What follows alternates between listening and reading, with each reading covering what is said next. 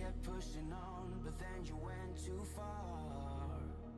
When your ship has sailed and all your dreams are lost, everything is wrong, you feel like it's your fault. Just remember, I will be there for you, baby. Remember, there's nothing out there to get you, don't forget it.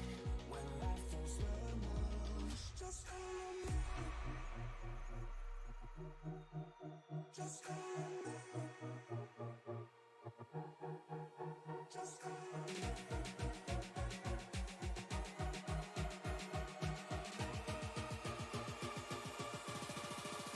Just call me.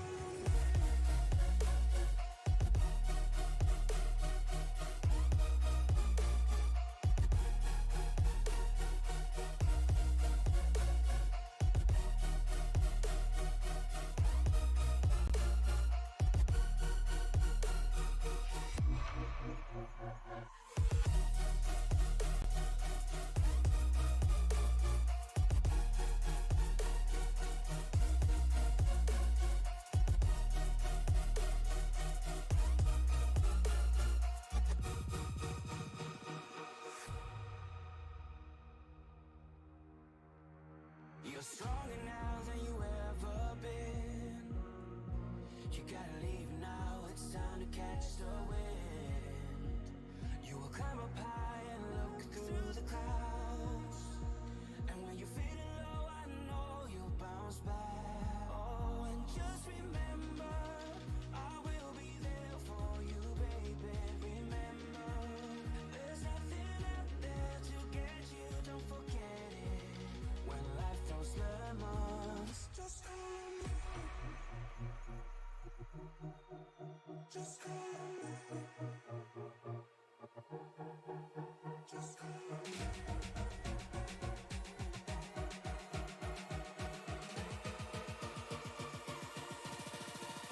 Just call me.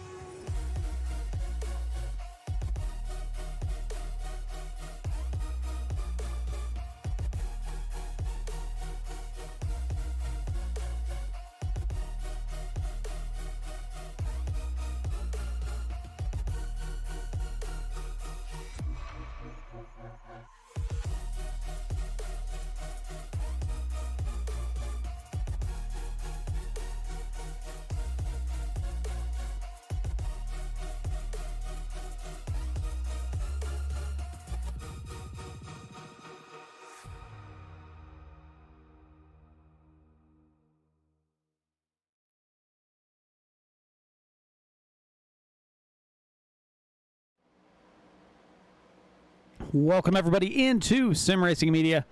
Tonight we have the Western States Racing League.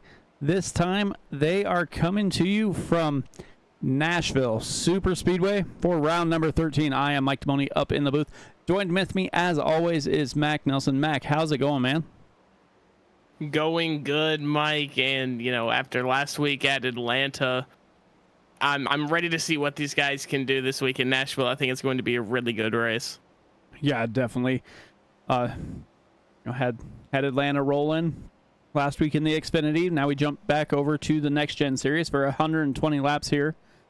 They have 3 sets of tires to get around here, and should be a pretty good race. They haven't had a chance to update all their standings as Bob Beltrami was on vacation, so we'll get that all caught up, and we'll get a huge point update once they get that switched over as checkered flag waves here on practice, and we'll get switched over into the qualifying session.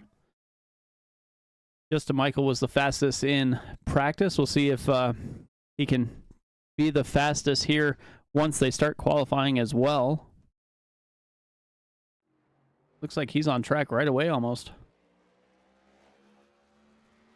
Yeah, he's straight to it. The sunset in Nashville, Tennessee is a cool one, especially this time of year. It's pretty cold around Nashville, so you know, these guys are getting it in, they're getting ready, and hopefully Justin Michael here can put in a good qualifying lap for the race. Yeah, definitely seen him try and throw down some pretty quick laps. He seems to be running pretty well here with this next gen car. I know in another league he runs, he is battling for the championship there. So got a couple championship aspirations here in the iRacing circuit as he's getting ready to complete his first lap. Little through 3 and 4 here. Let's see what he does coming to that start finish line.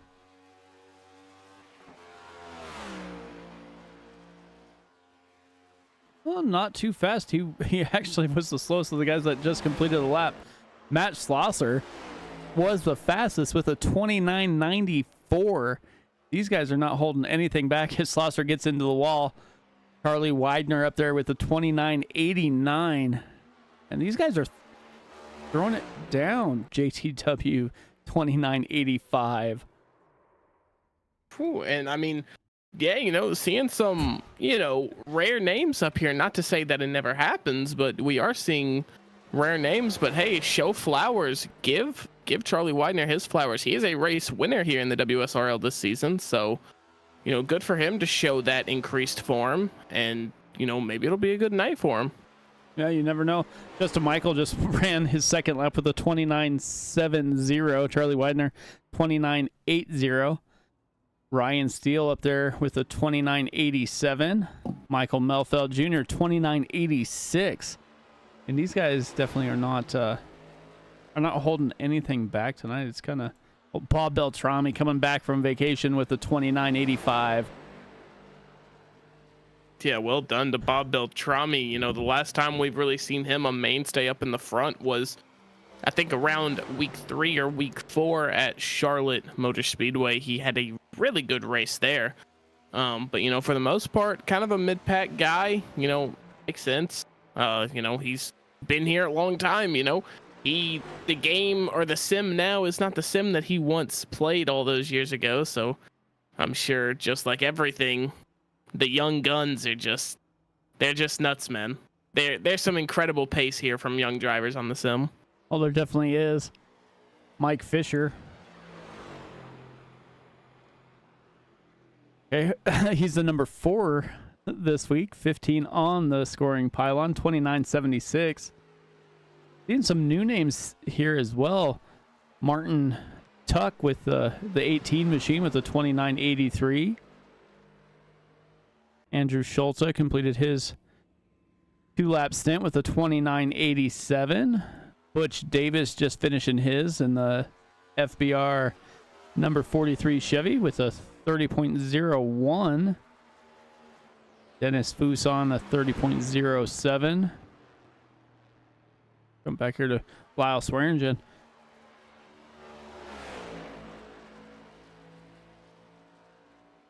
Lyle Swearingen, also a winner this season. You won at Chicagoland. Yeah, and what a race that was. All down to the initial, if I'm not mistaken, it was a green-white checkered that decided that race. I could be wrong. There might be some fact checkers in chat. I'm not sure, but I think it was a green-white checker. Either way, it was a really hard fought win by Lyle Swearingen. Yeah, it definitely was. They were there to show out, and they definitely did. See what Swearingen does here. Like he's up to P5 right now on his first lap with the 29.81. We'll see if he can go any faster the second time. Everybody seems to be picking up a couple tenths from there. We'll see if he can do the same. A little bit slower, not much, but winds up staying P5 right now. Ross Rollins finished his lap with a 29.90. Wayne Fleet with a 30 flat. Julian Ricci rolling through with that number 1 machine.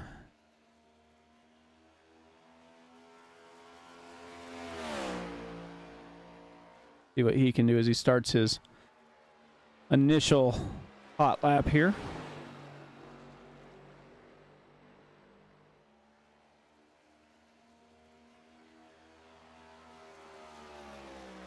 Yeah, Julian Ritchie, a guy that unfortunately has only been around for about half of the races this season.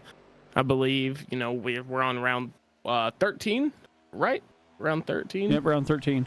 Yeah, we're on round 13, and if I'm not mistaken, Julian Ritchie has only done about 6 or 7 races of this season. So, looking to kind of find his footing, but, at the end of the day, for Julian Ritchie, it's just all about getting that seat time. Yeah, definitely. He's improved with almost every track we've seen him compete at. I mean, I've been calling this league for a couple seasons now, and always shows up, always puts in the time, just like Earl Weaver and David Weaver. They're all trying to improve, and they do a heck of a job here, especially when you're talking 35, 40 cars.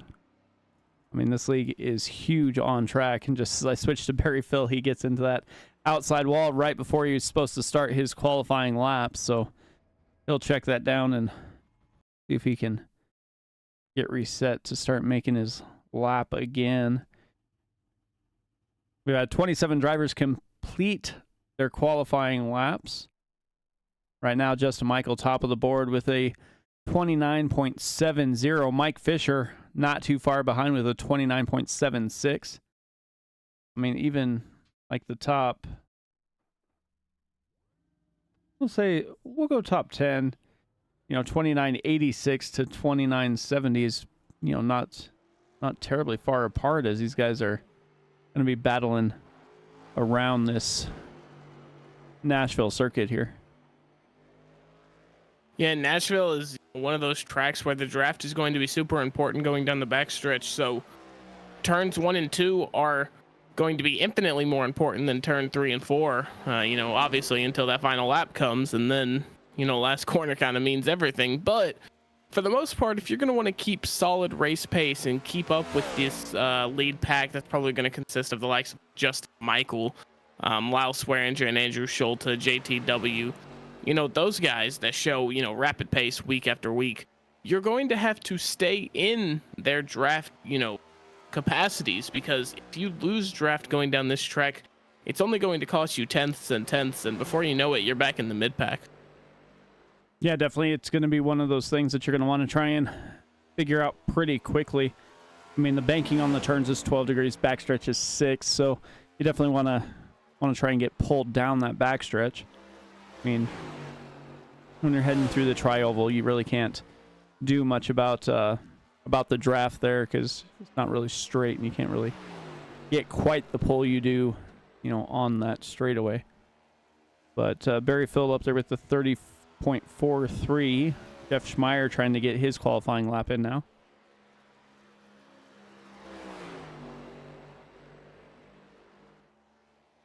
Jeff Schmeier coming home with what I believe was a P2 last week.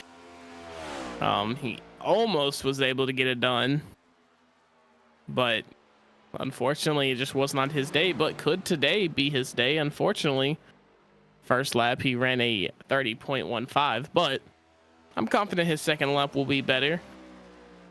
Yeah, last week we were kind of joking at the beginning of the broadcast about who our picks were to win, and you picked Jeff Schmeier, and he wound up going like a lap down, almost 2 laps down, I think, but wound up getting the lucky dog a couple times, got back on the lead lap, and was there battling at the end. We kind of joked because the last 2 weeks he had their dog on the hood of that machine, and I think this week, if he doesn't come home with a decent finish, he might have to get somebody to paint that up for him. Yeah, definitely. Luck, I'm going to be calling for a Doga car reboot next week if Jeff Schmeier is outside of the top 10. So be on the lookout for that. I'm going to be starting an entire clan to fund the Doga car.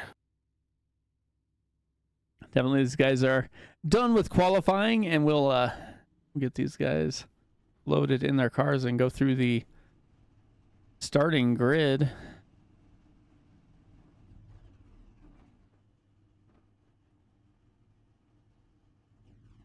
There we go. Justin Michael going to lead them to the green flag. Mike Fisher to his outside. Row 2, Chad Simpson and Charlie Widener. Lyle Swearingen and Martin Tuck make up row 3. Row 4, Bob Beltrami and Justin T. Wilkinson. Row 5, Chris Simard and Michael Melfeld Jr. You guys kind of battling up there for the championship.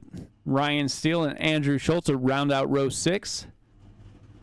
Then we'll go to row 7 is... there we go.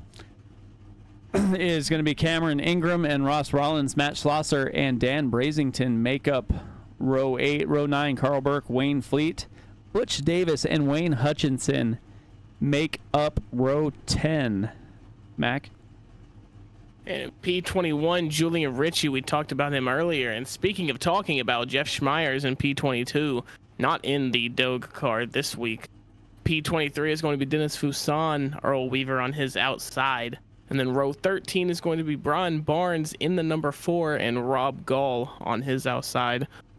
Row 14 is going to be Cody Matthews and David Weaver. Row 15 is going to consist of Barry Phil and Dustin Burns. P31 is Chad Stearns. P32 is Keith Kellman. And in row 17, we have James Campbell and Scott Kukas. So sorry if I'm pronouncing that wrong. And then in P35, we have William Fletcher. A huge field as always. These guys always show out every week. We'll see if Justin Michael's going to be able to lead them start to finish here as they get ready to roll. Like I said, we were in for 120 laps, 3 sets of tires sitting on pit lane. I mean, it is a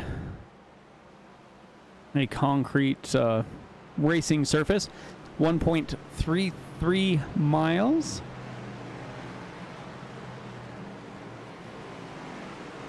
What we got with the weather here. Track temperature 80 degrees. Ambient air 77, so it shouldn't be too bad.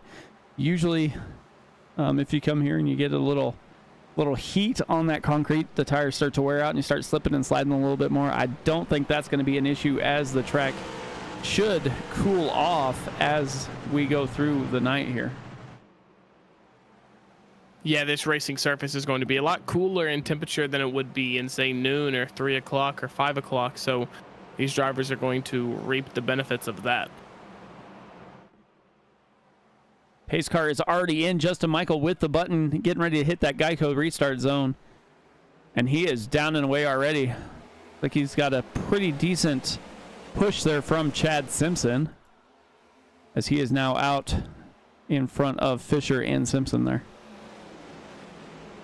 Yeah, Justin Michael with a really good start there. Chad Simpson just unfortunately wasn't able to keep up with him throughout the entire acceleration process. We're coming to turn 3 and 4 for the first time, and Justin Michael is going to hit it pretty textbook. And Chad Simpson, unfortunately, not able to get as good of a run as the number 15 of Mike Fisher there. Had to double take my scoring table because Mike Fisher is a different number every single week, it seems. So, rocking number 15, but as you said, 4 on the car. Yeah, definitely, as they're battling here. And that's the thing about this Nashville Super Speedway. There are a little bit of multiple grooves, but it's going to take a while for that top groove to kind of come in. You want to be set about, I don't know, a car length or so up when you go to enter the corner. Otherwise, you're going to lose a lot of speed. Yeah, and I mean, like we said, the turns in this track 1 and 2 are so important, because that backstretch is going to be where you make up a lot of your time. And 3 and 4 obviously important. They're the last 2 corners before start finish line, but if you really want to get a good race pace going and you really want to put some time down consistently, you've got to hit turn 1 and 2 correctly.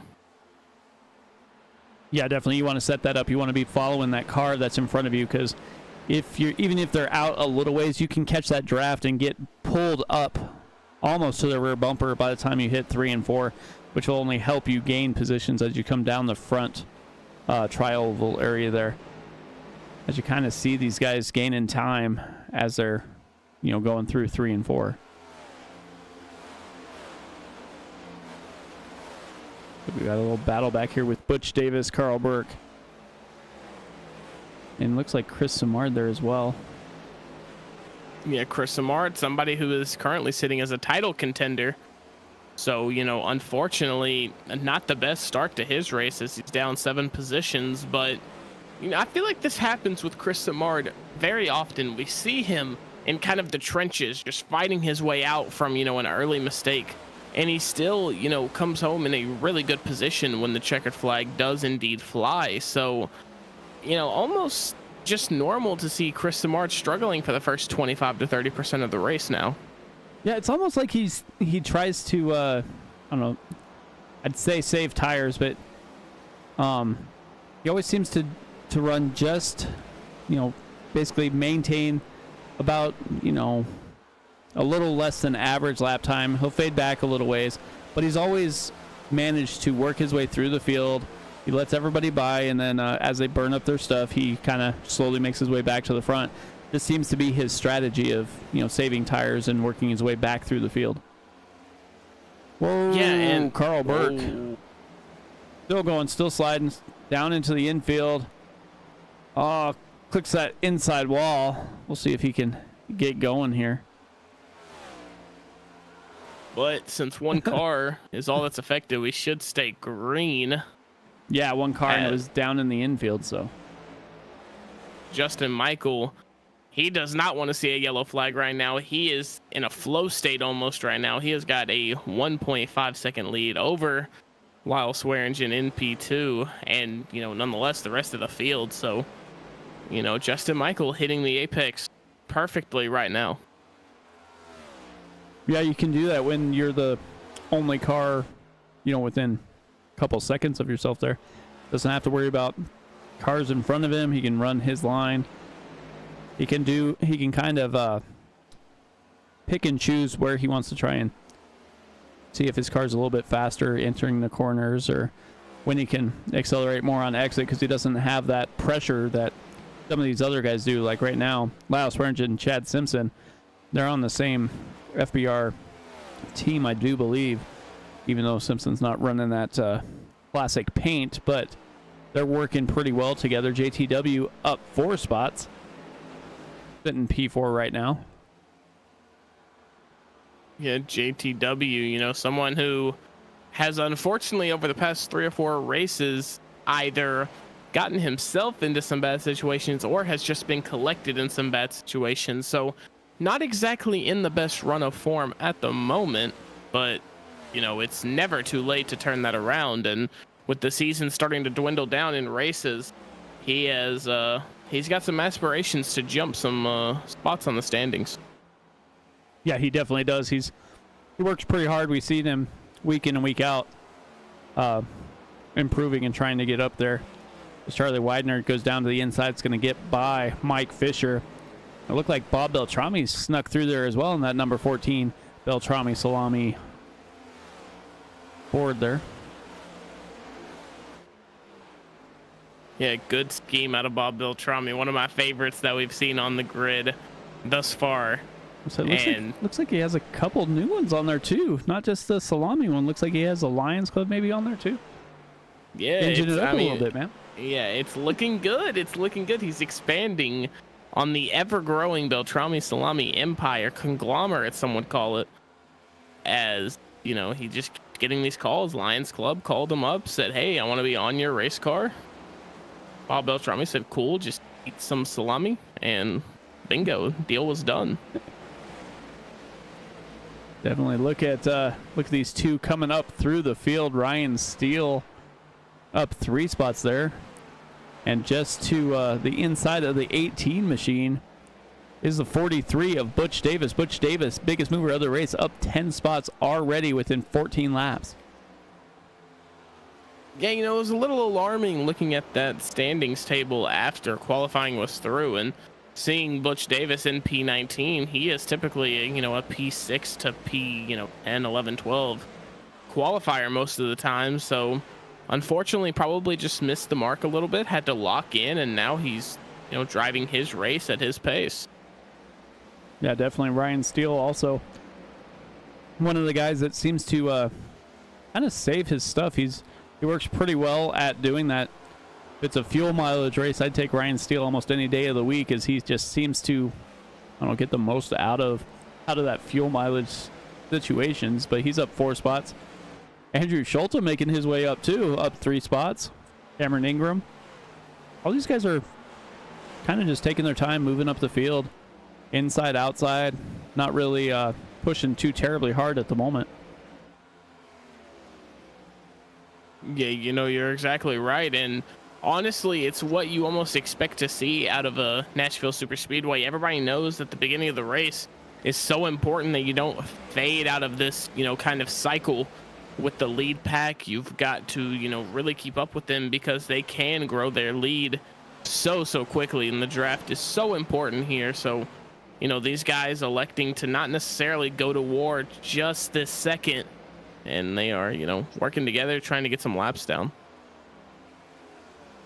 Yeah, it is one of those tracks that if you're not careful, the top 3 or 4 can get away pretty quickly. I mean, right now, the top 10 are separated by about 8 seconds. So, I mean, not terrible at the moment, but you can see how a couple mistakes in the mid-pack is going to just string this out even further. Yeah, your race can get chalked, and you don't even have to be the person that is chalking it.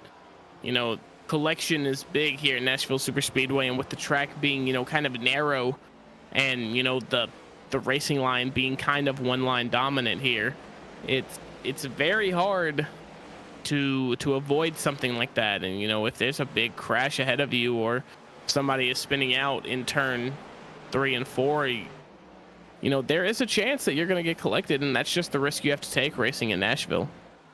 Yeah, definitely. As we're getting closer to 20 laps in, Justin Michael is now lapping Carl Burke, it looks like. Got that West Virginia paint scheme rolling tonight. Yeah, good. I mean, it's good. What I will say is the drivers of the WSRL grid, they come with the banging liveries every week. There are some very good looking schemes out here, and, you know, it's just nice on the eyes when you're watching it. Yeah, definitely, especially since we're switching cars back and forth. You know, at first I forgot, you know, that we were switching, because, you know, you have Andrew Schulte, Justin Michael, all these guys that run basically the same scheme on the Xfinity cars as you see.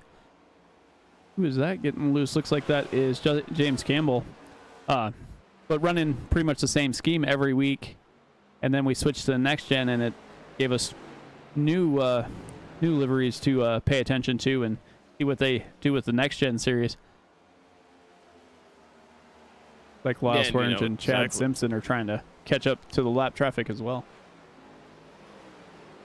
Yeah, and catch up to the lap traffic they will, but unfortunately I don't see them catching up to Justin Michael anytime soon, because unless he is just absolutely abusing his tires, then I don't see anybody catching up to him in this first stint.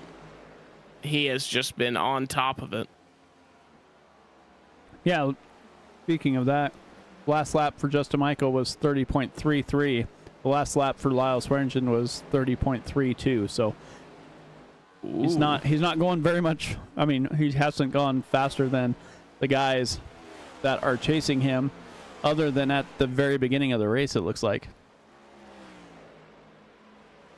Yeah, and if you see down there in P9, Andrew Schulte putting on a good show of pace, 30.16 last lap. So he is actually lapping about 0.2 faster than his teammate Justin Michael. So will we see his name in the hat here very shortly? Well, that's the thing. These guys, you know, mid-pack or so, they get that draft coming down the backstretch, so they should run a little bit faster than the leader, especially with the gap that Justin Michael has on basically everybody around him. I mean, he's out by 2.5 seconds over Lyle Swearingen, and unless he catches a lapped car, the lap car is not really going to help him for too very long, because he's going, you know, almost twice the speed as they are. Yeah, and, you know, while you were explaining that, and while you were, you know, talking about how Andrew Schulte is using the draft, He actually uses the draft to get 2 overtakes inside of 1 lap there on Bob Beltrami and Butch Davis. He's not technically ahead of Butch Davis yet, but he has the position. And in turn 1 and 2 here, that's going to be a very favorable position for him. Yeah, definitely. James Campbell, the lap cars panicking as all 3 of these guys are flying right up his tailpipes there. Yeah, that was really unfortunate timing there for Butch Davis, but he managed to make it work, squeezed himself between James Campbell and the 81 of Andrew Schulte, but turn 3 and 4 right there could not keep the momentum up. So Andrew Schulte does get the overtake. Yeah, Andrew Schulte will get that overtake and then have to defend from Butch Davis, because Butch Davis now, he's going to be the one getting the draft, and he'll be able to decide when he can pull down and try and push past Andrew Schulte. I mean, you kind of see it quite a bit in these races. If there's a 3-car trio working together, the back 2 can kind of leapfrog the front one, and then they just kind of go back and forth as that middle car gets a little better push from the back and the draft on the front car there. Yeah, exactly. Like you said, leapfrog, that is exactly the way to put it. And if they can execute that corner after corner and, leapfrog position corner after corner, they will make up serious time on the leader. But the synchronized movements, I should be saying, between the 2 drivers has to be, instant. It has to be nature. And, for a lot of people, it cannot work out. But the drivers in the WSRL have nice team chemistry. There are multiple teams out here running multiple drivers in this series, so do not be surprised if we see it happen. Yeah, definitely. They're going to have to figure out something, because Justin Michael is running lights out at the moment. Jump back up to Lyle Swearingen here. I don't even know if Lyle Swearingen can see Justin Michael from where he's at. He's over 3 seconds back right now. So Justin Michael is checked out on the field pretty much. Yeah, absolutely checked out. And I don't want to commentators curse anything, but with the way this track is looking, with how spread out these cars are, we might be getting a pretty lengthy green flag stint here. So this is just music to Justin Michael's ears. Yeah, definitely. We have a 5-car pack back here as Ross Rollins is now making his way past Butch Davis. Bob Beltrami down to Davis's inside. See if they can get by here, as Ross Rollins made pretty quick work of all 4 of those drivers.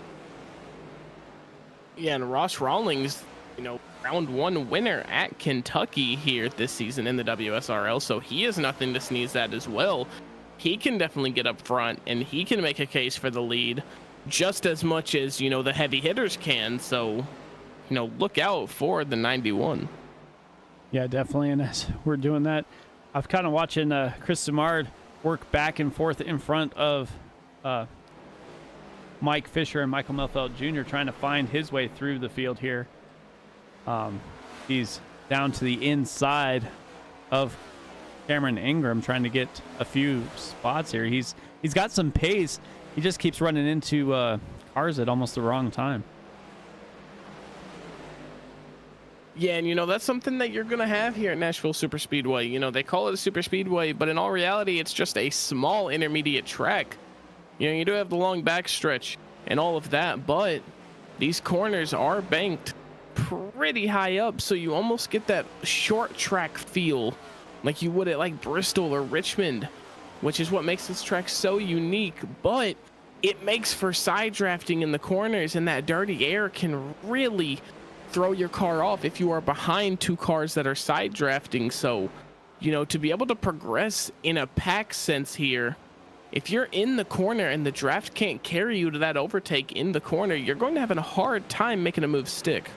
Yeah, you're going to have to sit there and basically work at it and try and stay as close as you can to that either inside or outside car until you get past. And then after you get past, it's, once that position's given up, you usually can pull away a little bit. But as you can see here with Chris Simard, he gets right next to Butch Davis and just doesn't quite have the pace to get by and winds up losing a bit of ground as he comes through the corners. And then battling side by side again as they come down the front and back straightaways. Yeah, and inside of turn 1 and 2 on this lap, Michael Melfelt Jr. got extremely close to hitting Chris Simard in the back bumper there. And so I don't know if that is just, miscommunication on the side of Michael Melfelt or if Chris Simard checked up early, but that was extremely close. Yeah, and the two drivers in front of him there, Chris Simard and Butch Davis, are not going to want to wreck each other as their FBR teammates, but it almost looked like he had to check up before he slid up the track a little bit, but we'll see here as Mike Fisher is trying to figure out a way by. It looked like he was going to be able to have the speed to try and squeeze between both of those teammates there and just couldn't quite do it, as Michael Melfelt Jr. looks like he slid up and almost hit Mike Fisher that time. Yeah, and newcomer Cameron Ingram is just sitting back here watching all of this unfold. He's probably thinking to himself, what have I gotten myself into? Well, let me tell you, Mr. Ingram, this is a weekly thing here at the WSRL. You're actually witnessing a small part of it, as we have 11 12-car battles multiple times here in the WSRL. So, if you're going to be around here for a while, this is your kind of welcome to the league moment. Now we have these 4 and 5 cars trying to work around each other, and they're able to do it here in pretty clean fashion. Mike Fisher is definitely not having the day he thought he was going to have after starting up towards the front. He's down 12 spots right now. Chris Simard goes down to the inside of, it looks like, Carl Burke. Lap down there. See if he can clear off here momentarily, and as he does, Michael Melfelt Jr. takes advantage and slides right in to his hip pocket. They're going to try and pass Chris Simard coming down the backstretch. He's going to make the move stick. Excellent execution there by Michael Melfelt Jr. Wasn't able to get by him, but knew the pace was going to be a little sketch with the lap car being in the way there. So, taking full advantage and just not lifting and getting ahead of Chris Simard. Yeah, definitely, as Mike Fisher and Cameron Ingram battling side by side as they were going by Carl Burke there. Not something you want to have happen as you're trying to battle for position and you have a lap car in front of you there. Not something you want to see at all. Yeah, and there's no doubt Mike Fisher is just wanting this battle to end. He probably doesn't even care what happens as Cameron Ingram actually secures the overtake on Mike Fisher. But, the 15 machine is probably just thinking, if we can just stop battling and work together, we're going to be a lot better off, because they did, in fact, lose a little bit of track position on the 3 cars in front of them. Yeah, they did. But it looks like they're going to be able to catch that draft a little bit of Butch Davis, so they might close in pretty quickly if they can quit battling and start working together, as we're working through lap 41 right now.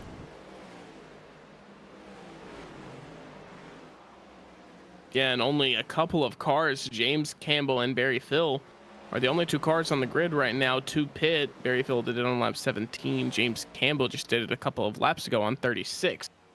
So those guys, a couple, and I mean a couple of laps down. Barry Phil is about 25 laps down. James Campbell is about 4 laps down. So, just kind of hoping that, they can formulate some sort of strategy that can get them back ahead, whether it mean yellow flags or lucky dogs or any of the sense. Yeah, definitely. As you were talking about that, James Campbell looks like he came out of pit road, got those 4 fresh tires, and immediately spun around. It's one of those things, you get those fresh tires and you go back out on track and you cannot treat them like the tires you were just driving on or expect them to stick when they're cold, and that tends to happen once they get back onto the racing surface there. Yeah, and you're exactly right.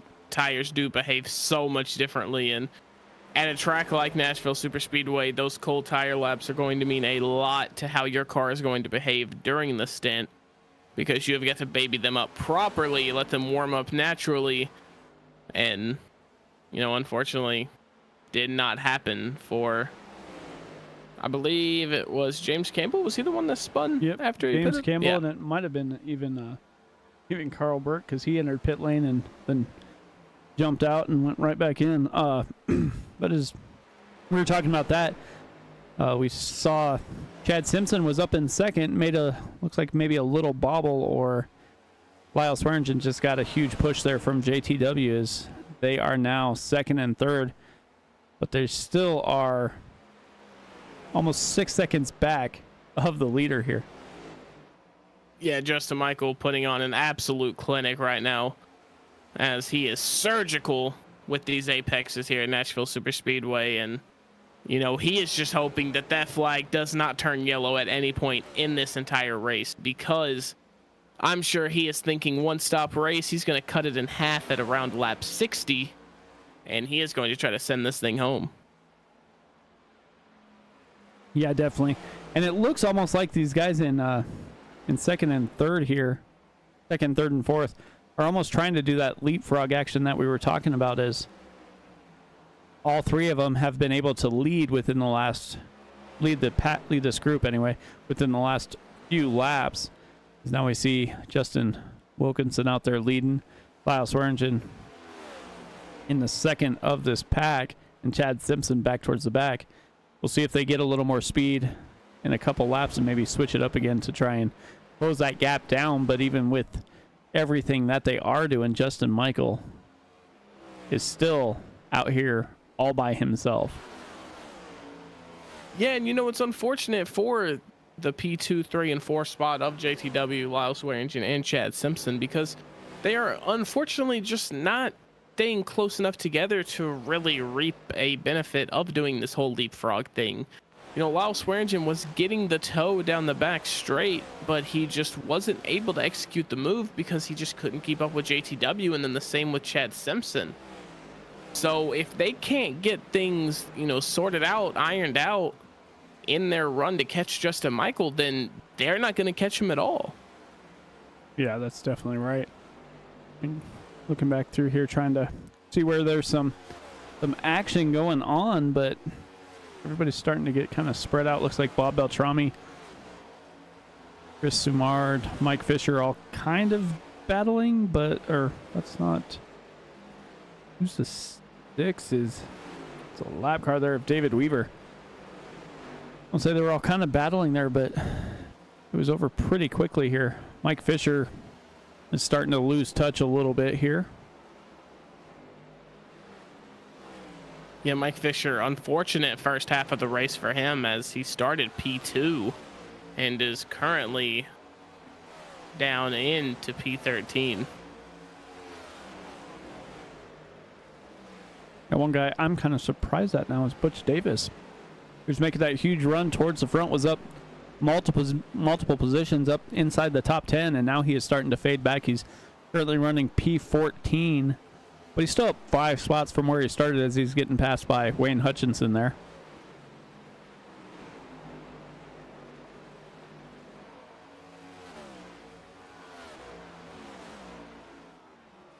It's just one of those nights where somebody just has this track on lockdown, and these guys are going to have to try and figure out if a pit strategy is going to help them or what they need to do to try and catch Justin Michael. I mean, right now, 6.5 seconds almost, and I don't know that there's anything they can do at the moment other than hope for some yellow flag here, because other than that, Justin Michael's pretty much gone.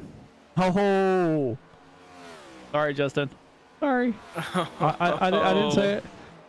Oh, no.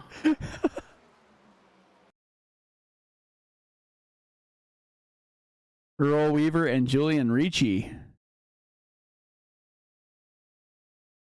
And just unfortunately getting a little too close to each other there in that corner. Ricci moving down, Weaver moving up, just kind of racing for the same real estate. And they just could not get it straightened out. It looks like Weaver's car just kept going as the two become one there.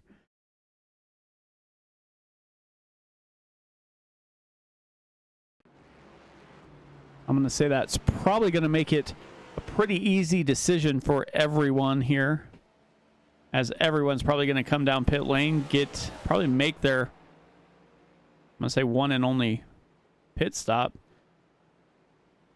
And then we'll see how the race shakes out towards the end here. Everybody's definitely going to get 4 tires and full of fuel right now. Yeah, I mean, there's just no other call right now. I mean, we're 54 laps into the race. There is no strategy here. You just take 4 and go on about your day. Yeah, that is definitely what you do here.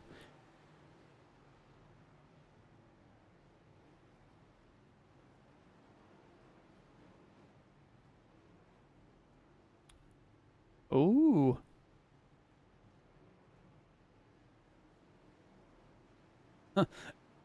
ATW trying to make it a little close there. Yeah, almost got the spot off Justin Michael off pit road. And, you know, it's an undervalued strategy in, you know, the art of oval sim racing is your ability to get in and out of pit lane. It can cost you, but it can also gain you a ton of positions. And we didn't really see it do crazy work with JTW because, you know, he was up there in the top 3 or 4 or 5, wherever he was.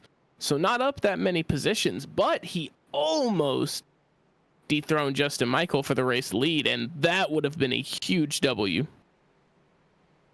Yeah, definitely. I mean, looking at the pit lane times, Justin Michael was in his on pit lane for 47.13. ATW was only in there for 46.68. So, I mean, almost basically a half second or thereabouts, you know. Yeah, and you know that time adds up. That time can give you a good spot in a race that can be crucial. It can make or break your race even. Although it is rare that it's going to make or break your race, it definitely can happen, and we were very close to seeing it happen there.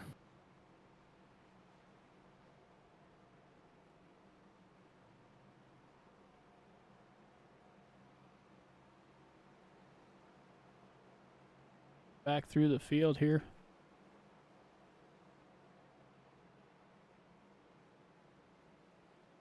Cody Matthews looks like a new driver here.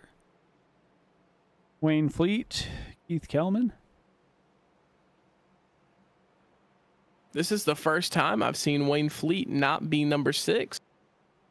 He has gotten number 16 tonight.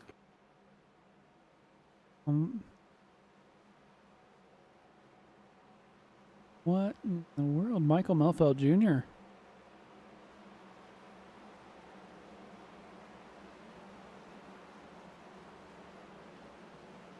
Yeah. Don't know what happened to Melfeld Jr., but he's down 16 spots now. Yeah, not sure at all what happened there. I guess he might have forgotten to fuel up his car during the first pit stop because it shows that he has had to go down pit road twice. So I guess an error on the number 155 camp as they did not get his race car fueled up.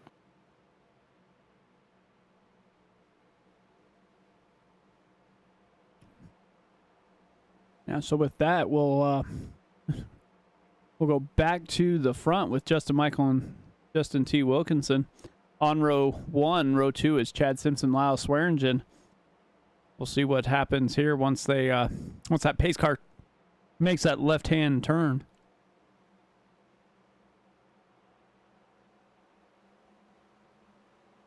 Yeah, and if these drivers are not careful, they will see their exact same fate. And Justin Michael will take a multiple second lead before you even know it, but he has the button for the restart. He's going to take off in almost identical fashion to how he started this race 31 minutes ago, as he is already out to a pretty sizable lead after the first corner. He just has this track on lockdown. It seems like he's already out to a quarter of a second already. Back behind him, Lyle Swearingen and Ross Rollins are going to start battling here for third place. And it looks like Ryan Steele's also sticking his nose in there. Lyle Swearingen goes around. Ryan Steele avoids him. Looks like the 95 of Charlie Widener goes around. And the cold tires got to him. Yes, it did.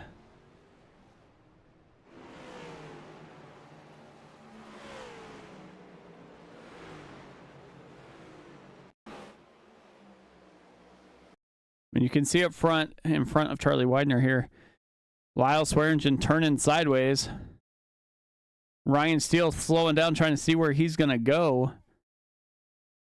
Andrew Schulte looks like he gets caught up in it. Charlie Widener tries to avoid it, starts sliding sideways, gets his car on lockdown. Mike Fisher goes into the back of Bob Beltrami, spins Beltrami around, and he'll go into the wall. Like Rob Gall gets by. It looks like everybody else is going to be able to sneak by here, but Melfeld Jr. gets by. Oh, the 31.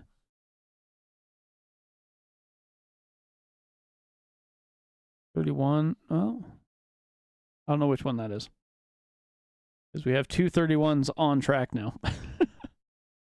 Yeah, that was Keith Kelman, I believe, in the Chevrolet at the bottom of your screen there at the end of that. Man. No?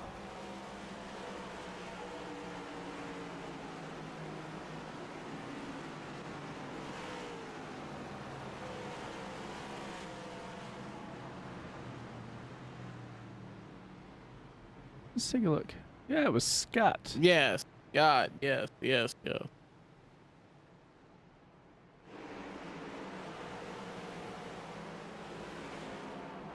So we talked about cold tires and how you have to be careful driving them, and within a couple laps, we saw what happened. So we'll see if these guys are going to take care of them this time when they get going.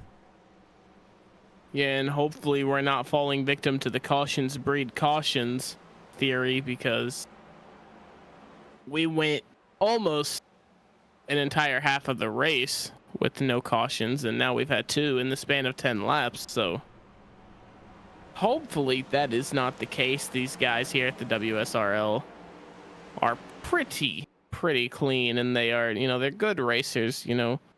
There are some nights, we've had some nights where there have been a lot of cautions, but that is about a 5% occurrence throughout their entire season. So we should see him whip up into shape here. Yeah, definitely. I mean, it's one of those things that when you get going, we're going to see these guys. I mean, part of the problem is you have Justin Michael up there who just is going to drive away from the field. Everybody knows it. They've seen him do it. So, they're probably trying a little bit too hard to stay with him, and they just need to realize that if he's going to run away, he's going to run away, and keep their car under him and try and make it towards the end of the race, and then try and push after you get those tires kind of wore in a little bit. Yeah, you're exactly right. And, like I said, or like you said, actually, Justin Michael, there's a good chance that he just runs away with this. So if these top guys can, accept that and, play for their position instead of trying to take his, then they will probably be better off, because Justin Michael seems to be locked in. Yeah, definitely.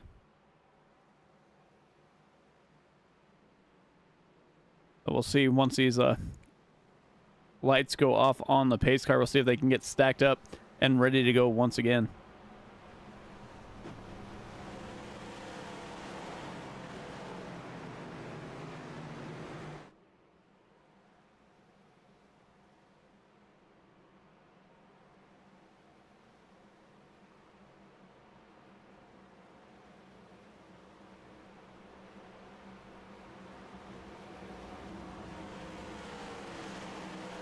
Here we go once again. Justin Michael's going to lead them to the green flag.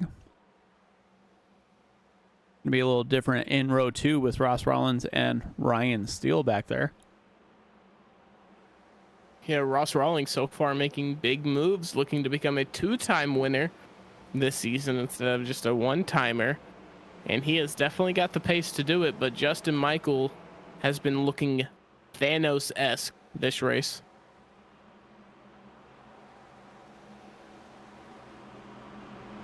Yeah, if I'm Justin Michael, you know, I'm just going to keep doing what I'm doing. If I'm JTW on that outside, I'm going to try and stick right to the side of him as close as I can, because he's going to get a big push from Ross Rollins when we get back to green here, and he is down and away. JTW slides down in front of Ross Rollins, and they are going to hook up here and see if they can, see if they can make it work, but Ross Rollins goes right down to that yellow line, trying to take the shortest way around the track.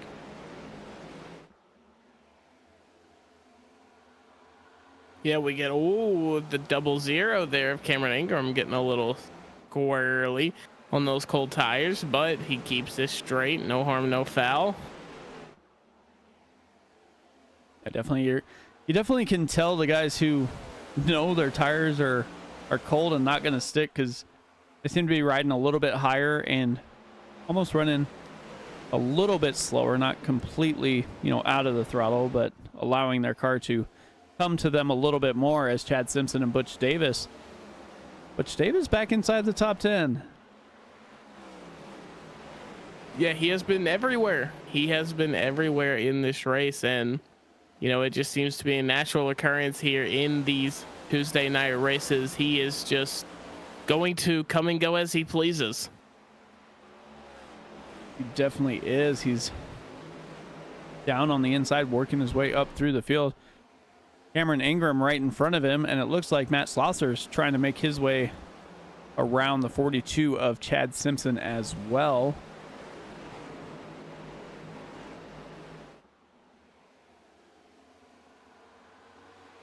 Ross Rollins was able to get by Justin T. Wilkinson here for second place. We're going to see if he can hold on to any sort of the draft that Justin Michael is leaving, as he's out to already over a half-second lead. Yeah, but Ross Rawlings did run a 100th of a second lap faster last lap. He did have a little bit of toe assistance there from JTW before making that overtake, but there is a chance as we come to the start finish here. It is going to be a 29.85 for Justin Michael and a 29.87 for Ross Rawlings. So about a 200th of a second gap between Justin Michael and Ross Rawlings on that lap. So Justin Michael is looking, you know, superb and in control. Until we have another caution. Oh, the 6 gets into the 12. Oh, or into the 14 there. Back, take a look here. Looks like Beltrami kind of slid up a little bit into the 6 of David Weaver. Beltrami trying to save it back and forth, drifting in and out. Hits that outside wall and holds it up there. But not something he wants to see as he's sliding down the racetrack here. Yeah, you're exactly right. Not something you really want to see. And Justin Michael is probably thinking to himself, how many times am I going to need to do this? And, you know, with every single restart, I feel like his initial lead has gotten, you know, smaller and smaller. So for Justin Michael, are we 1 or 2 cautions away from seeing him maybe be contested on the opening lap? I don't know. I would say maybe if we have the same, you know, front row, you know, a couple restarts in a row, but as he keeps getting new drivers to his outside, I think that kind of helps him a little bit, because they don't really know what or when he's going to go. I mean, the restart looks a little different when you're sitting behind him versus off to the side there. Yeah, and I actually 100% agree with you. That's kind of what I was thinking with these fresh faces coming up beside him. He is able to, pull his maybe mind games, pull his tricks out every single time. He doesn't have to pull any punches here by having to, play mind games with the person that is to his outsides. Yeah, I think you're completely right. I think he could stay in control. Definitely. And looking through right now, we're going to be basically 50 laps to go. These guys should have enough fuel to make it to the end. So the fuel strategy kind of goes out the window at the moment. But, how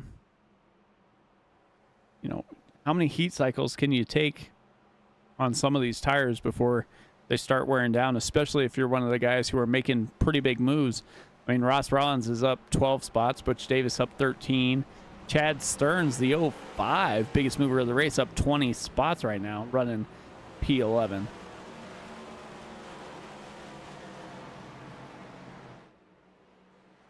Yeah, and like I said, I think you're exactly right in your assessment there. But I will say the 30, I believe that's number 30. I'm trying to find him on the standings board. Yes, the 30 of Jeff Schmeier, I'm sorry, has been steadily increasing every single restart we've had. If I'm not mistaken, I believe he was in P19 at the end of that first stint that ended on lap 52 or 53, wherever that. And we are now up to lap 70, sorry. And we are, third caution in. And Jeff Schmeier is up to P13. So just chipping away. And who knows, we might see him up here at the front if we have a couple of more yellows. Yeah, you never know what's going to happen, especially, here in the Western States Racing League as they get ready to get stacked up once again. This time it'll be Justin Michael and Ross Rollins. We'll see who can make it there.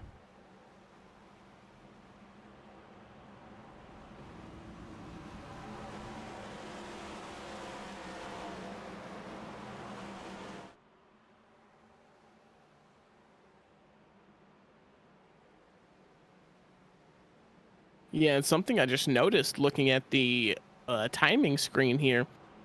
Only one driver in the top 9 is of the Toyota manufacturer. That is something that we don't see very often. Here in the WSRL, drivers typically like to either align themselves with Toyota or with Chevrolet. And right now we have got 5 Fords in the top 8. And in this league, normally you don't see 5 Fords in the entire grid.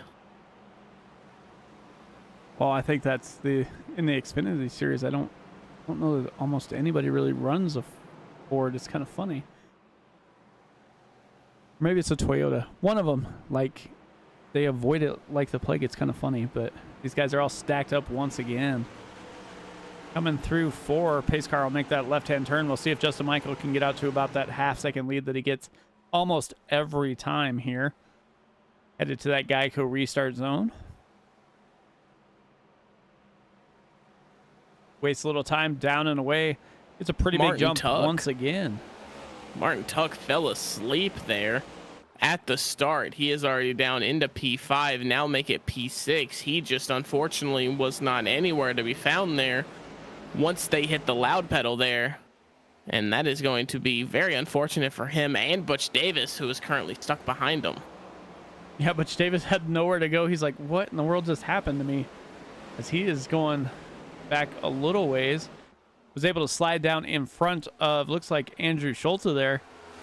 And they are just trying to get by the 18 machine here of Martin Tuck. I mean, Chad Stearns trying to close in on Andrew Schulte as well. I mean, these guys are all over the track. Racing pretty rough here with less than 50 to go. And, unfortunately for Martin Tuck, I'm not sure if that is going to hurt his entire stint there. Because oftentimes your restart does reflect how you're going to race for that entire green flag stint. You need to kind of be on your A game, get your momentum up, get your confidence up so you can place the car where you would like to place it. But Matt Schlosser is choosing to place his car in a place where Martin Tuck didn't really like it being, so he kind of shuts the door. But Matt Schlosser does take the inside. He is actually going to execute the overtake, I believe, coming into this next corner, turn 1 and 2. As Martin Tuck actually enters it with a very good amount of speed. Matt Schlosser does have the quickest way around, as they are going to not make contact, but it did scare Martin Tuck into driving into the wall. He's going to come down and just turn into Matt Schlosser. That is just not exactly the racing you would like to see, as Matt Schlosser tries to correct it. Cannot get that done. Yeah, let's go back and take a look here.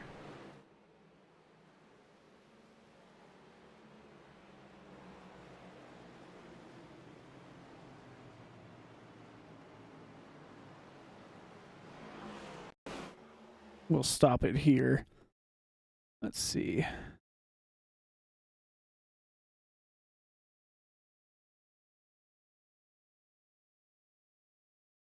No, that looks pretty good right there. So looking at the 18 and the 400 there. Looks like they almost touch. They get scared. Schlosser kind of loses it a little bit. Martin Tuck goes into the wall. You see Andrew Schultz go from the wall clear down to the yellow line, and he's going to make that pass. And then Chad Stern's trying to figure out where he wants to go, as he sees everybody kind of split in every sort of direction. We're 3 wide for just a little bit on corner entry. And as we get there, the 18 turns down like Matt Schlosser's not even there, cuts his nose off, and Andrew Schultz barely gets through.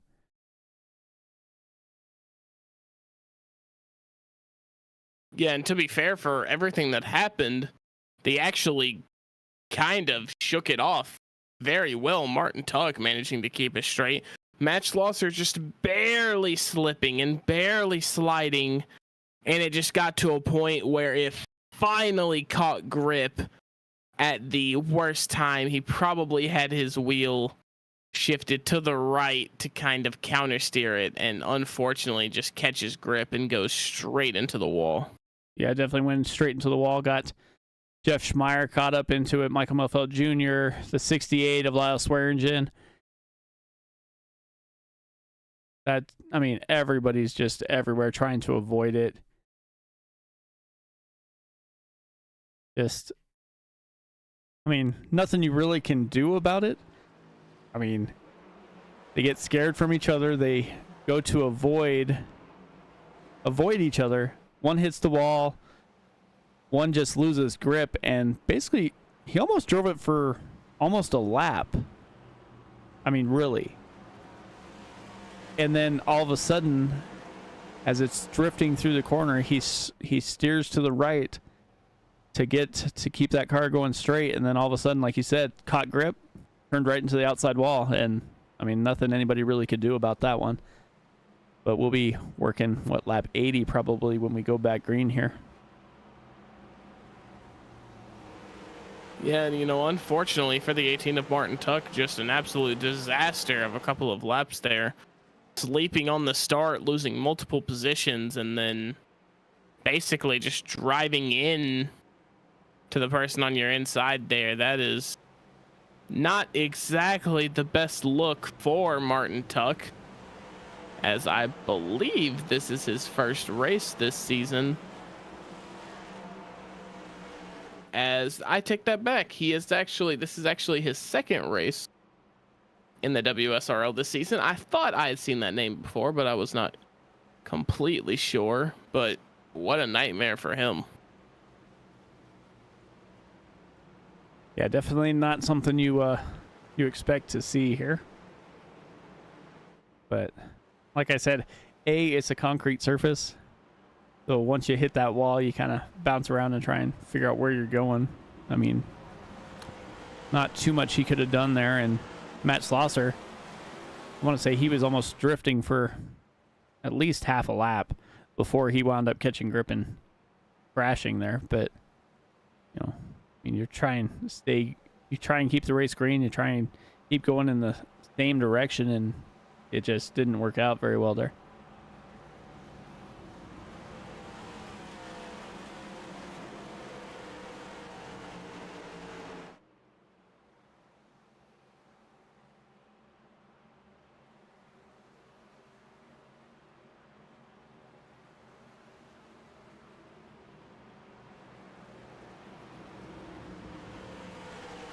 So here we go once again. This time the front row remains the same. So we'll see if Ross Rollins is going to have anything for Justin Michael here on this restart. I imagine we're going to see Ross be able to hang on just a little bit. See about getting this race under green and maybe taking a break here so we can catch our breath. Coming through turn 4 right now. Yeah, sorry, I had to take a sip of my water there. That was, and then it went down the wrong pipe, so I had to mute my mic because I was coughing up a storm. But we're back. Justin Michael wastes little time, gets going once again, and is off to the races one more time. Ross Rollins, Justin Wilkinson here side by side for P2, and that is exactly what Justin Michael wants to see. He wants these guys back towards the back to race each other and leave him alone as he is out again. Yeah, and just something about it. He just continues to find pace around these corners every single time, and pretty much at a 4/10 of a second lead over JTW as we go one lap into this green flag stint. Yeah, just looking back through the field, these guys are racing all over the track, trying to find some speed in those machines. Looks like Julian Ricci kind of gets stuck there in the middle. Nowhere really to go in between Andrew Schulte and Martin Tuck. As looks like Chris Sumard goes from the outside to the inside lane, going to try and make it. Ooh.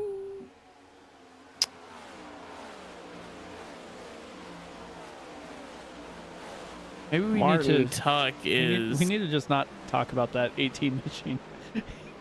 Yeah, this is just not very eventful for him right now. He is getting close to being labeled a weapon in this race as he bangs up with Andrew Schulte, but Andrew Schulte just bumped it off and said, "Get me the heck out of here." Yeah, definitely. It's not like he's. Whoa, Jeff Schmeier gets basically loose a little bit, hip check down to the inside, floors it, goes through the infield grass, and is able to keep that car moving as we stay green here. Yeah, crazy stuff here, and everybody was so calm and so collected those first 52 laps of the race, but unfortunately, ever since that first yellow flew out, it's like a full moon in the sky. These guys don't know exactly how to act. They know they're running out of time. They know a yellow could come out at any second, so they are pushing it to the limit, being oh so aggressive in these corners.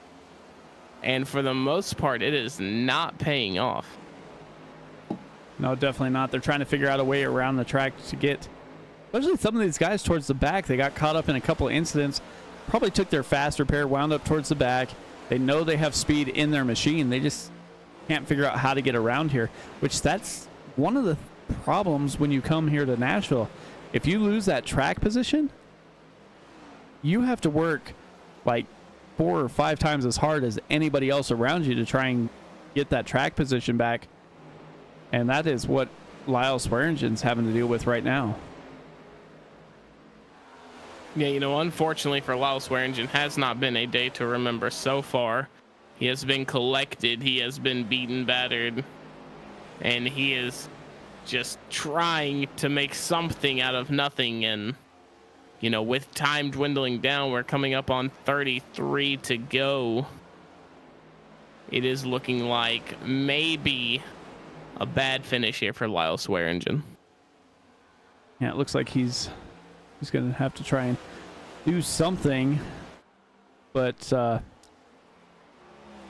mean, unless somebody has some sort of mechanical failure here, Justin Michael is putting on a clinic once again.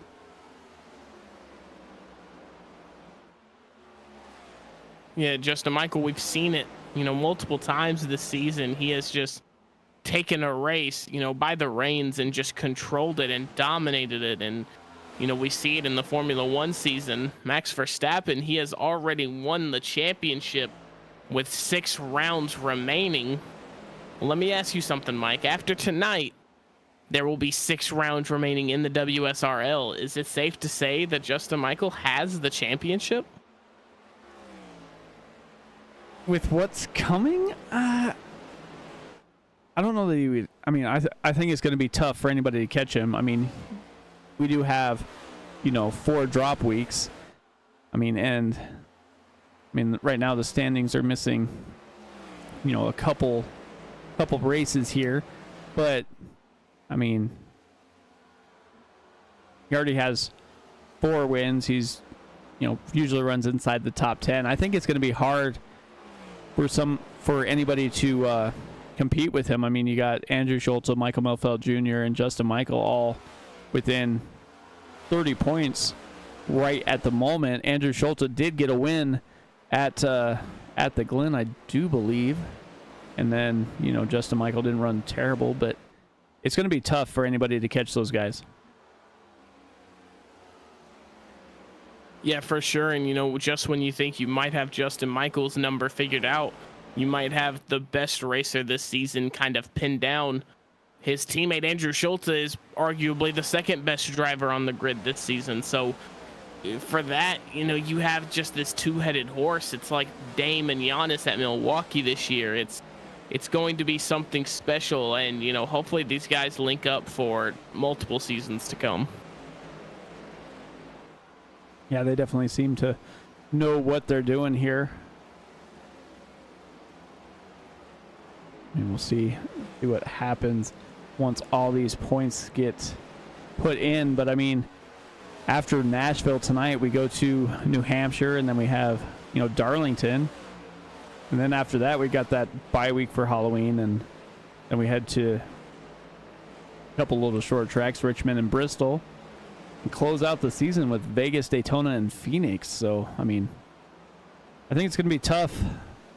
If anybody's going to want to take this championship from these guys, they're going to have to put in work, and you never know if they're going to be able to do it here. You're going to have to basically depend on mistakes from these guys running up towards the front right now.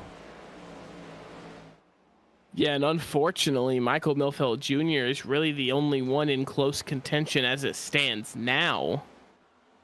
And he is running in P28. He got collected during that last caution, so he is not going to have a very good finish here tonight. Not a lot of points, but there are drop weeks, so that is good to know.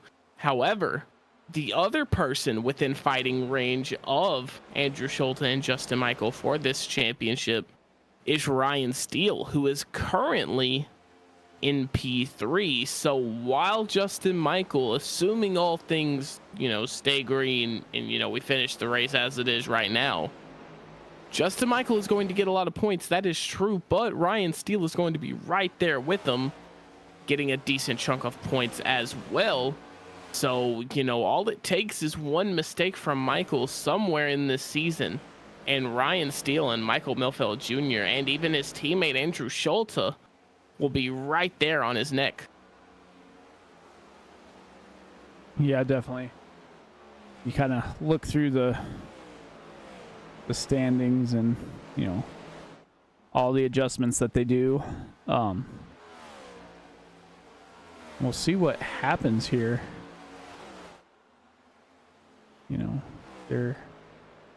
It's interesting to see what racetracks they wind up having as drop weeks.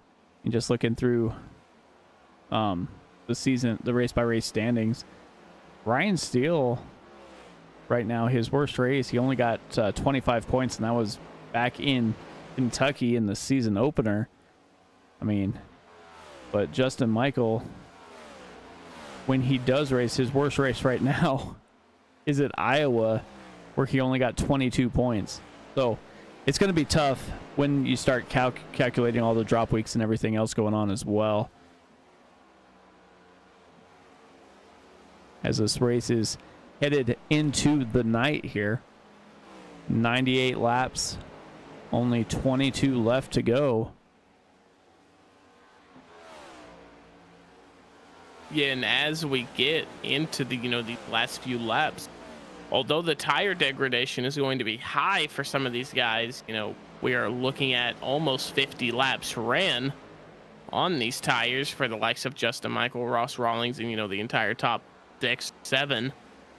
The track is also getting cooler, so the grip might be able to almost balance out and stay as grippy as it is right now. But, a lot of stars have to line up for something like that, but they do have that going for them. Yeah, they definitely do. The drivers you need to, I kind of want to look out for are these three right here. You have Butch Davis, Chris Sumard, and Chad Simpson. They all pitted on lap 77. I mean, Andrew Schultz as well. I mean, he's back here, and he's down a little ways, but he's still pitted on lap 77, and he might be able to make a move through the field as everybody else's tires start to wear down. I mean, it's basically 25 laps different tires, but you never know how much that's actually going to matter. I mean, on a warmer racetrack, it would matter a ton, but as it cools off, I don't know that it's going to be enough for them to overcome where they're at right now. I mean, they're 5 seconds off of Justin Michael at the moment.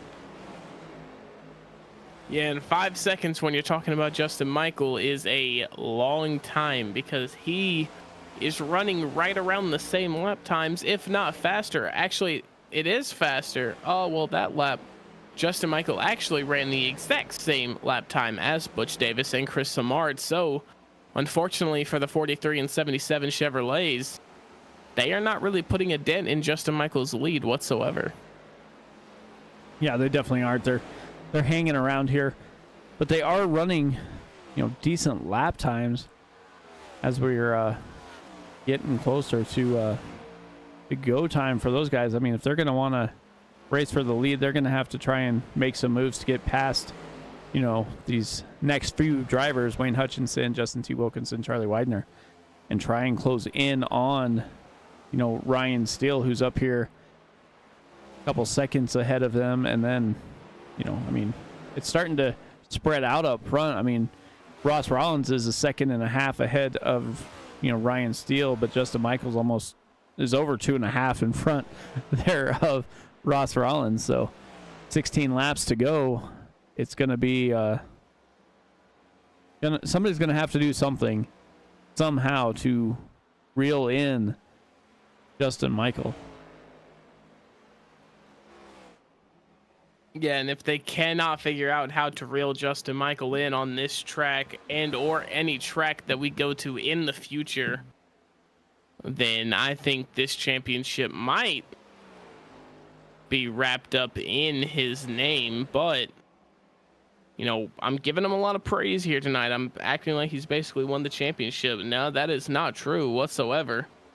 Things can happen, and things more than likely will happen. Justin Michael needs to realize that and stay focused, stay locked in throughout this entire season, because the talent on this grid is insanely high. Yeah, it definitely is. Just sitting there talking about how these guys are, competing with each other.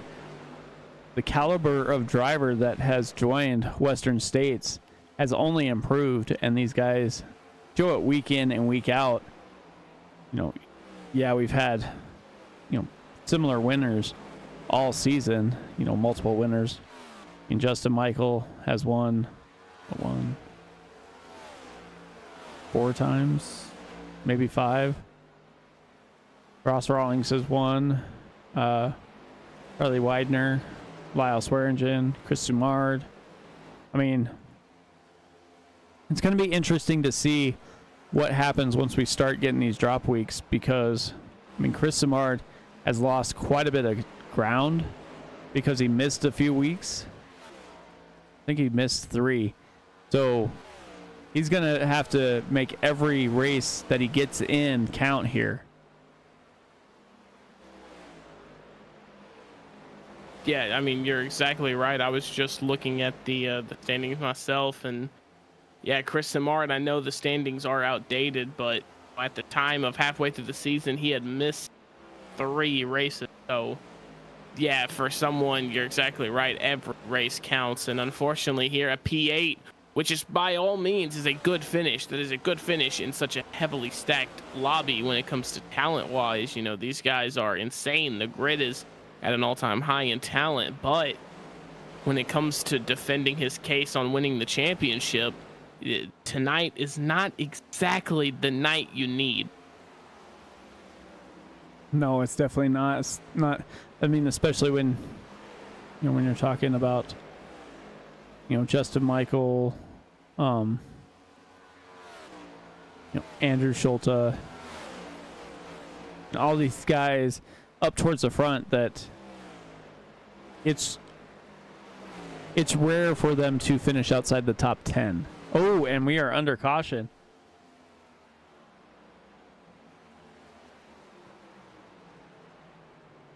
Not exactly sure what happened there. Let's see. Let's take a look here. Rob Gall. Oh, gets into Julian Ricci. Looks like it just got sucked up in there. And as Ricci comes down, hits Lyle Swearingen.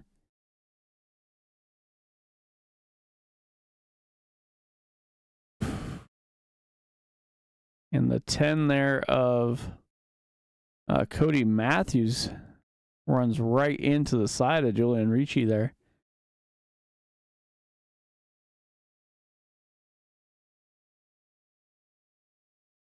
Just not something you want to see happen. So now here is the question. 10 laps to go. Well, never mind. Everybody's pitting. Everybody except Ryan Steele and Wayne Hutchison, it looks like. So yeah, opportunity to gain a lot of track position here. No doubt the guys towards the back will be using this as an excuse to get to the front. Like I said, if it was a fuel mileage race, Ryan Steele's my guy. Yeah, that is true. That is true. We do see it. I mean, the way these guys have been having trouble passing people, I don't think I pit. If I can make it on fuel, I don't think I pit. I'm kind of, you know, I don't think I blame you. I think I agree with you. I mean, especially these guys that pitted on lap 77, like Matt Schlosser decided to stay out. Brian Barnes stayed out. So interesting. We have Butch Davis and Chris Sumard that just came down, got fuel only. Well, they jumped a couple spots, so they're the first cars that pitted. Justin Michael winds up behind them as he came down, got 4 tires and fuel. Ross Rollins, 4 tires and fuel. Looks like Andrew Schulte probably did 2 tires and fuel. So, oh, looks like Matt Schlosser's coming down.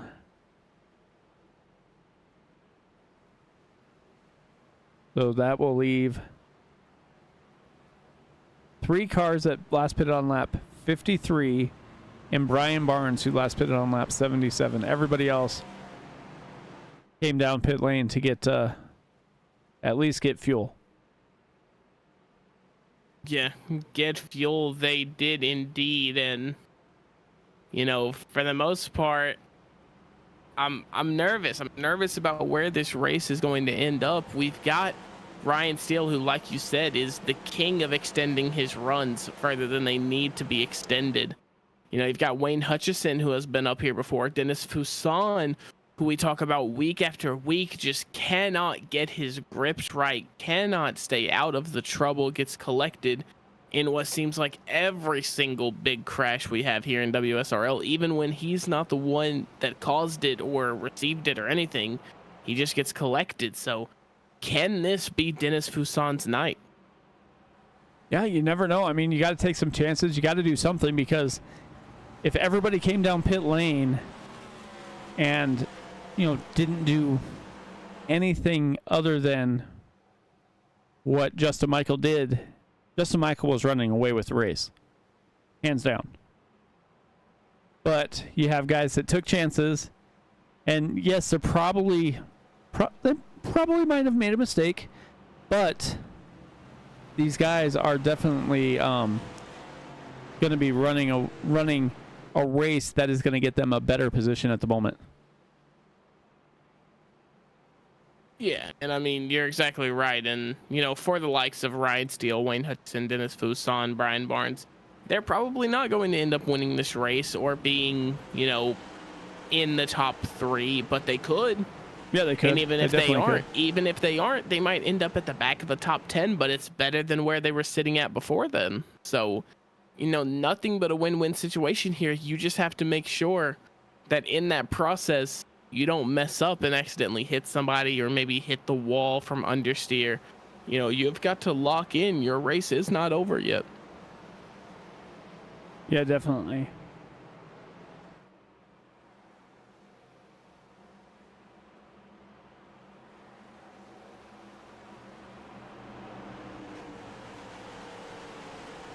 So here we go. Going to give him one more time.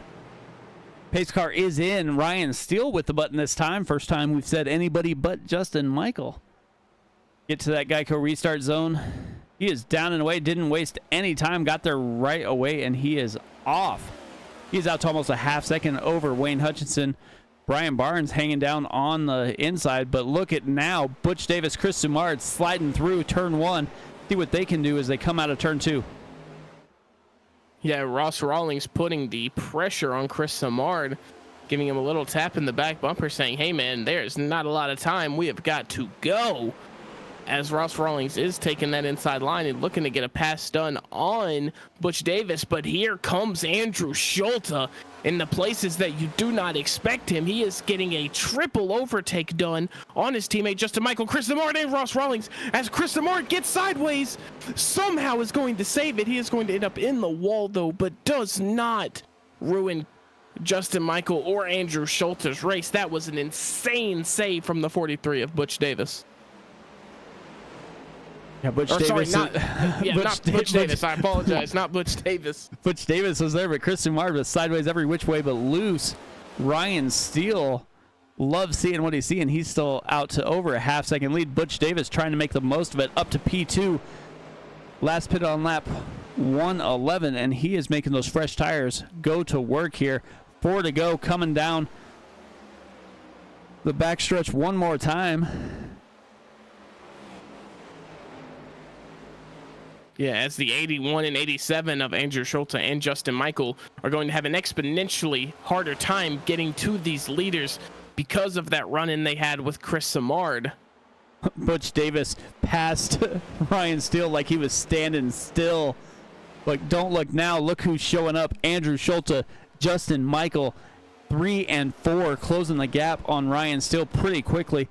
See how fast they can get by Ryan Steele to close the gap on Butch Davis. We might be racing pretty quickly here for the win. Andrew Schulte down to the inside, going to make that pass on Ryan Steele.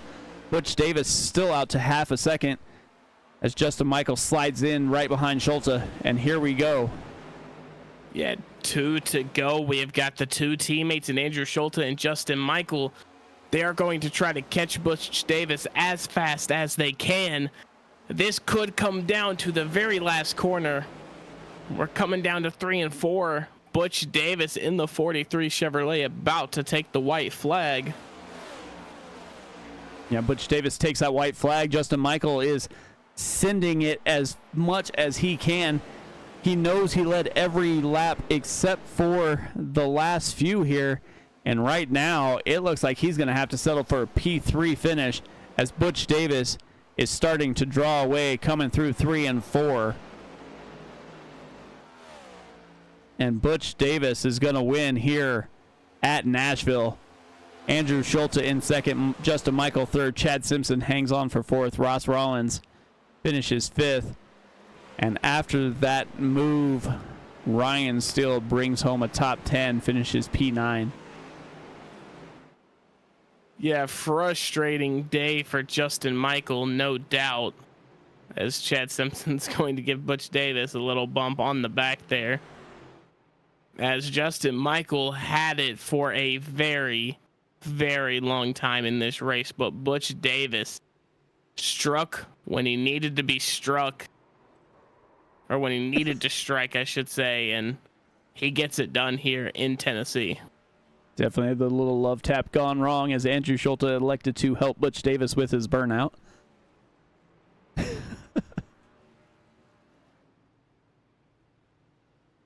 Another win for the FBR Motorsports team here. Let's see if we can get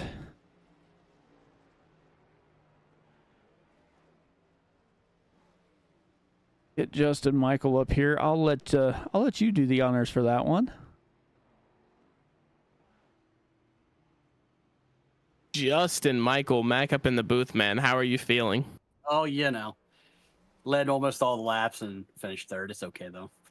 He pulled out some pit strategy, so good for him. And I debated even staying out just because it would be cold tires and probably would have had a lot of grip, and I don't know.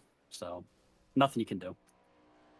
Yeah, you answered my first two questions that I was going to ask without me even asking them. It's like you knew, but how tough is it to see, a track that you dominated? You got out to a 6.8 second lead at one point over P2. Is it something that you could have done, or do you just genuinely feel unlucky tonight?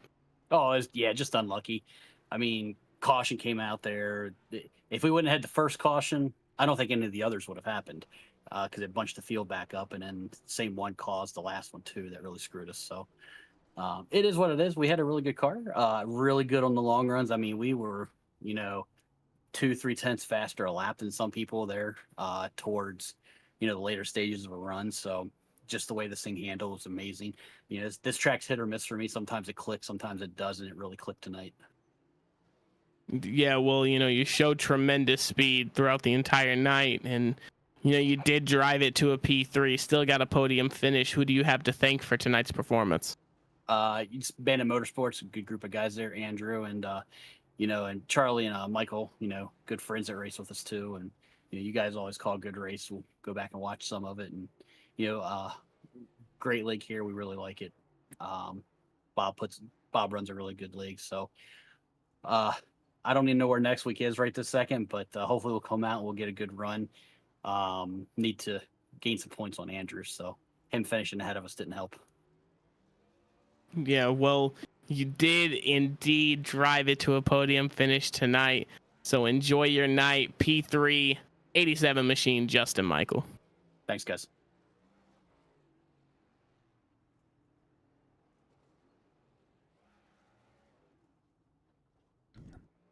Andrew, Mike up in the booth. How's it going, man? How we doing, Mike? Not too bad. Definitely seemed like you had your work cut out for you tonight. You wound up 10 spots. Fell just short of victory there, but looked like you pulled out some pit strategy to try and get up towards the front. How was the racing out there on this concrete surface? Yeah, when you don't really have a fighting chance at much anything, I think we were like a top 10 car all day. On the late caution, I was like, oh, screw it, we'll throw 2 tires on it and we'll see what happens, I guess. And, I mean, I blacked out for the last 10 laps. I don't know what happened, but all of a sudden we were sitting second. So, can't complain about that. It was real tough, real aggressive, and fun racing there at the end when everyone's just sending it for all they had. Surfaces, I like this track. I just didn't get enough practice with this car. I think this is the first or second time maybe that I'm running this car on the track. And I definitely didn't have enough rear brake in it for the long run. kept cooking the right front tire. Had some decent like mid-run speed, but it just dropped off. Just dropped off a cliff after. I don't even know how many laps that was. Probably like 40 laps. It just was struggling real hard on entry, and even drive off too is just awful. But yeah, I mean, we're sitting second. I can't complain about that after the night we had. Definitely. I mean, you guys made that pit strategy call. You wound up, racing hard there with Chris Simard, kind of bumping back and forth, but both you guys were able to maintain a straight course, and you bring home a P2. Anybody you want to thank before I get you out of here tonight? Yeah, shout out to Patented Paints, whipping up this Travis Pastrana lookalike paint job from the Daytona 500. Really like this paint. He did, Scott over there, he did a great job on that, and always want to shout out his work, because I think he deserves more people to get some paint jobs done by him. He does, like I said, does a real good job on them. I'll shout you guys out. Hopefully, broadcast was good. I know we had a couple long runs there, but I would assume that the entertainment there at the end was worth sitting through it. You guys always call it a great race. It's fun going back to watch and listen to what you guys got to say. And shout out to Bandit Motorsports teammates. Justin got a P3 there. It was good fun racing him at the end. And Charlie Widener, he got a top 6. I know he was fighting for a top 5, and he had a lot of speed tonight, so good to see him up. Good to see him up in the top half of the pack too. Definitely, man. Well, congrats again on your P2 finish. We'll maybe talk to you next week. Thanks, sir. All right. That brings us to the race winner. Yeah, Butch, Mac up in the booth, man. How are you doing? Oh, that was a tough race, man. Tough race. Yeah, it seems like, the stars just kind of aligned for you. You took the right strategy. You played your cards correctly. You drove the car correctly too. Walk me through that last restart and what exactly, was going through your mind. I was horrible in qualifying. After about 20 laps on any green flag run, I just started falling like a rock. I knew I had decent pace early in a run. Really, the only option I had on that final yellow was to just take right side tires. So I took right sides. Got a little bit of position there on Justin Michael, who was an absolute beast tonight. Should have been the winner, but and then kind of had a little kerfuffle there on the restart. I don't know what happened to Fuson, but kind of got squeezed in the middle there and just basically tried to go where the other guys weren't. Try to get clean air to the nose. Steele tried to hold me off there. I think we were coming to 2 to go with a white flag. And I just decided, okay, if he wants to, swerve a little bit, that's fine. I'm just going to go around him on the outside. I knew I had the tires to do it. So looking in the mirror, I'm watching Schulte come and I'm watching Justin Michael come, and it's just come on, white flag, man. Just come on, white flag. Come on, checker flag. Trying to beat those guys. Yeah, exactly. It just seemed like you were kind of just waiting for that checkered flag to fly. You were ready for it. They had some rapid pace there, but you drove it home, P1. You're in victory lane. Who do you have to thank for the performance tonight? Want to send a shout out to all my friends and family that showed up over this past weekend to celebrate my 50th birthday. Thank you for that. Shout out to all my teammates at FBR Motorsports, and FBR Sim Rig Accessories Creation Studio. Last 2 things is for my guys, hashtag Bug Mustard, and Dan loves his tapioca pudding. That's all I'm saying. Well, tapioca pudding, I'll have to look that one up. I have no idea what that is, but Butch Davis is your winner here tonight in the 43 machine. Thank you, gentlemen. Well, that will do it tonight. Mac, that was a heck of a race. I mean, yeah, we did have a couple long, green flag runs there for a little bit, but once they got stuff figured out, that was a heck of a pit strategy call there by Butch Davis to bring home the win. All those guys, even Ryan Steele wound up finishing inside the top 10 after staying out and running from lap 53. So, heck of a race. Yeah, exactly. It was great. That first initial green flag run of 52 laps was just an absolute dominant performance by Justin Michael. But, when it came down to it, that white flag lap, that was something to really watch. And that was really entertaining. It was a barn burner. Well, it sure was. Let's go ahead and look at the race results here. Butch Davis bringing home the win for FBR Motorsports. Andrew Schulte, Justin Michael in their second and third. Chad Simpson and Ross Rollins round out that top 5. Charlie Widener, Chad Stearns, Chris Sumard, Ryan Still, Brian Barnes inside that top 10. Justin T. Wilkinson, Wayne Hutchinson, Matt Slosser, Wayne Fleet, Martin Tuck inside the top 15. We'll roll back and get... Yeah, and from P16 on, it goes Dennis Fuson, Dan Brazington, David Weaver, Julian Ritchie, Cameron Ingram, Dustin Burns, Keith Kelman, Rob Gall, Cody Matthews, Jeff Schmeier, who P25 finish. I'm going to need to see the Doge car next week, Jeff. Just saying. P26, Lyle Swearingen. P27, Earl Weaver. P28 is going to be Michael Milfeld Jr. Unfortunate day for him. 29th is going to be Scott Kukas. I'm sorry, I do not know how to pronounce that. P30, Bob Beltrami, Mike Fisher, Carl Burke, James Campbell, Barry Phil, and William Fletcher behind them. Yeah, definitely. These guys showed out once again with 34 drivers taking part in the race. These guys have seven races left in this season before we turn the flag over there to season number 50, I believe. So with all of that being said, from all the drivers of the Western States Racing League and all of us here at Sim Racing Media, I want to wish you good night, and we will see you next time.